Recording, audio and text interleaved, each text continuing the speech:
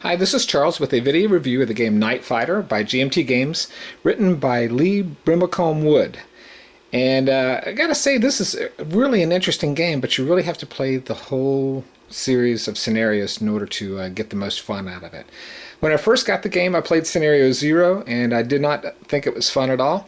As the player, you don't get to see what's going on, and the umpire controls everything that's happening in the game. So one of the disadvantages in Scenario 0 is you don't have any radar to detect. So what Lee did, apparently, when he was designing this game, is design the Germany's perspective on how the progression of radar warfare helped both sides, basically, you know. Haven't got that far yet into the game, but at first it was impossible to detect anybody at night. So as you get into later scenarios, radar is developed, and it's early radar, and it's not very effective, but it gives you a general idea. And you have to learn how to use that in order to effectively find the bombers going through the sky. So one of the first things that happens in the game is a chit is drawn from a cup. You don't know what it's going to be, but the umpire has a pre-programmed set of instructions that he follows. And he takes that chit, either yellow or red, and places his entry bombers on those three hexes. And as you can see here on this one, it's 13, 6, and 13. So I've kind of pre-placed the bombers there. So the player never really sees where things are coming in. So he only has one Ju-88, and I'm going to take a look at Scenario 3, because showing you without the radar would just kind of destroy the game. And you've got one Ju-88, who's positioned on the searchlight marker, and you know that the bombers are entering at the top here and coming down. So the speed of the Wellingtons is indicated on the chart here, and it is a speed of 2. Now the speed of the Ju-88 is 3. Now the purpose, what your goal is to shoot down one of those planes.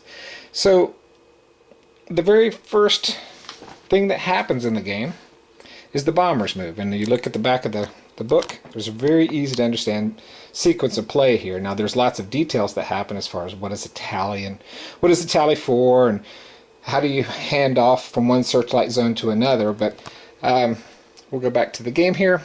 So the very first thing that happens is the move bombers phase. So initially there are no bombers on the board, so we're going to go into the enter bombers phase. So we've got a bomber that has to enter within the first 3 turns, another bomber has to enter within the next 3 turns, and then another bomber has to enter within the next 3. So they can enter at any time. So it's the very first turns are very difficult, because you basically couldn't be trying to use your radar to guess where the unit is, and there's nobody there. So you have to, when you enter the searchlight phase, you have to use kind of like a triangulation type theory to kind of cross these units or these things and try to get a guesstimate of where the plane is, but I'll give you a little more detail on that. So the next thing that happens is the move fighters phase. So the Nightfighter starts here, and he's basically got an idea that the bombers are coming. He's been sent out to attack, so he has a movement of 3. So he's going to go towards the bombers, knowing that even if they were on the board, the speed of 2, they would only be about right here. So he's going to try to play catch up a little bit here. All right, the next thing that happens after the move fighters phase is the flak phase. So if the scenario has a flak phase, then you would complete that step, but this one doesn't. The next is the radar search phase. Now you can place these radar markers anywhere, and if you look at the markers, they have a 2 radius of detection, and this one has a 1 radius of detection. So you want to try to take these radars and overlap them in a pattern that if you do find them, you want to find exactly where they are.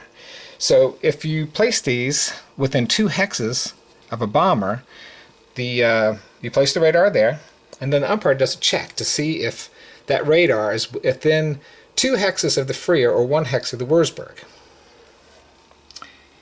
If I placed this one here and this one here, so the first thing that happens is you check to see if there's contact, or if anybody's within 2 hexes. If there is contact, this is flipped over and it just says contact, and that's pretty much all you do. If there isn't contact, you have to do a sweep marker. Now what a sweep marker does is says what is the closest bomber to this unit and which direction is it in. So the umpire picks one of these hexes that is closest to the closest bomber. So if, let's pretend like the umpire had moved on 13 and moved 2 spaces up here. So he's on 13, we placed here.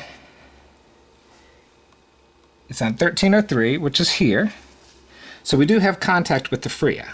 So we flip that over to the contact side. But for the Wurzburg, there is no contact, so we just place a sweep marker. Now the legal placements are here or here because there's the same number of hexes to get to that 1303 space. So you can kind of mislead them by putting it here, making them think it's further down if you want to. Okay, so that is the basic idea. Now if you had placed it here, and 1303 was the marker, this one would have to go to contact too. And now by looking at that, if you know there's a 2 hex radius, it has to be one of these 2 spaces. If you'd placed it here and got contact, you wouldn't got contact there, I'm sorry. So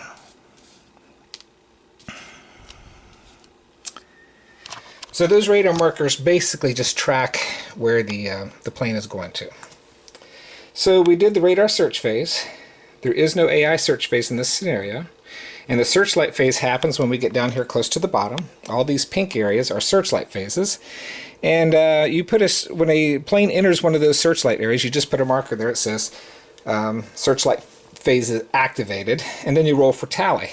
Now rolling for tally is rolling your dice and trying to get it to match the biggest number on that marker there. If you do that, you tally that, and you basically see that plane.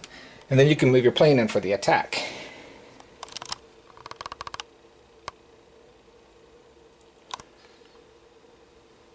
The tally phase is when the fighter is trying to detect the plane. He basically rolls the dice and does the same thing. And then if the number on the die that he rolls, any number, like if he rolled 4 die, and then if one of them is a 4, and that is a 3. So let's just show you for example here. So we're looking for a 3 to tally. So we tally them, and then a tally marker would go on that plane on the board. If we were within range, but right now we're not. We're just kind of showing the game real quick here. Okay, so that's the purpose of the tally marker. Now, we can't do combat because we're not close enough yet, and then it's the end of turn and we move up to turn 2. Now one thing that's special about turn 2 is that everybody gets 1 extra movement point. If the scenario card says, I'm sorry, not the scenario card, but this card here, if it has a star next to it, they get an extra movement also. If they don't, they don't. So, right now we're looking at the move bomber phase. So we're going to move this guy up 3. Alright, so he's on the bottom there. And then the enter new bombers phase, we can't do that yet until turn 3. We could have done a delayed entry, and that would thrown off the player when he was doing his searches. You could throw out fake alerts. Then the move fighters phase. Since he naturally moves 3, we're going to move 4 with the +1 for the star there. And then we're going to do flak phase is skipped, radar search phase. So we had an idea that 13, this general area here. So now we're going to move in for the, the closer identification, and we place it like that. So now we know that both are in contact. We flipped this over, the umpires flipped that one over, and so now we have a real good idea of where that one plane is. So as we move this plane forward, we want to try to get to where we can get into a combat range. Now, you have to be facing the same direction, you have to be in the same hex as the plane in order for the combat to happen. So the game is kind of like a hunt and seek. The umpire knows exactly where the bombers are and the fighters are.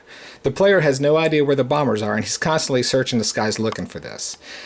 The role of the bomber player or the umpire is a lot of fun, but there's not much programming involved. Your excitement in the game is just watching the other player trying to figure out where you are. You can't really change anything. There are some rules where you can do some you can do defensive fires, one thing you can do, and another thing you can do is kind of dive off to the left or dive off to the right, and I can't remember what that's called, but you basically try to throw the player off by going into a dive.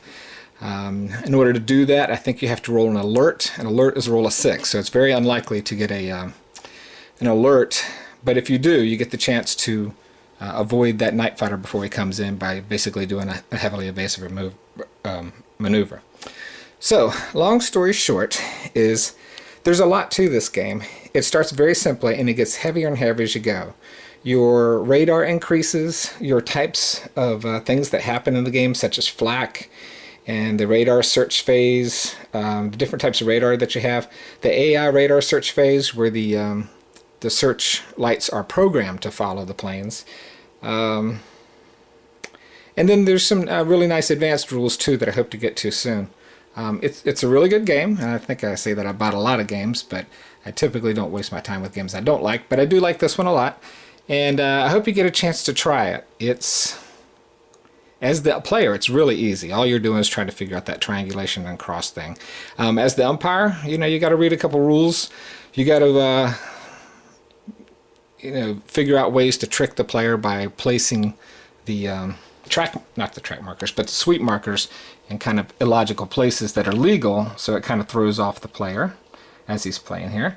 And another nice thing that happens is as you enter units here, and if you get those units, and it just happens by luck sometimes, if those units come closer to his sweep marker by accident than the other one he was looking at, it changes the direction of the sweep marker, and it really throws off a player when they're not used to the idea of how this game works. So say a bomber accidentally moved in behind a radar that he didn't expect to, and he was expecting the plane to be in E and it was actually in D there. So he places his radar marker down to kind of get a sweep or a general which direction it's in, and then all of a sudden the radar, the sweep marker flips to the other side while he was trying to pinpoint a plane in E. So it seems illogical that all of a sudden that the sweep markers flip to the other side, but what's happened is you've accidentally discovered another plane.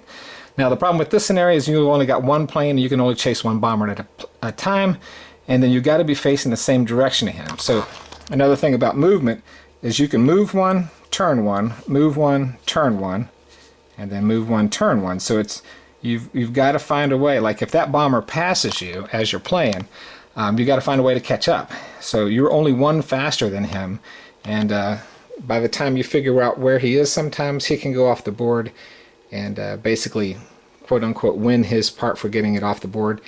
If he gets all three off the board, he's won the game. If you kill one of those guys, it's you've won the game. If you kill two, it's called a decisive victory.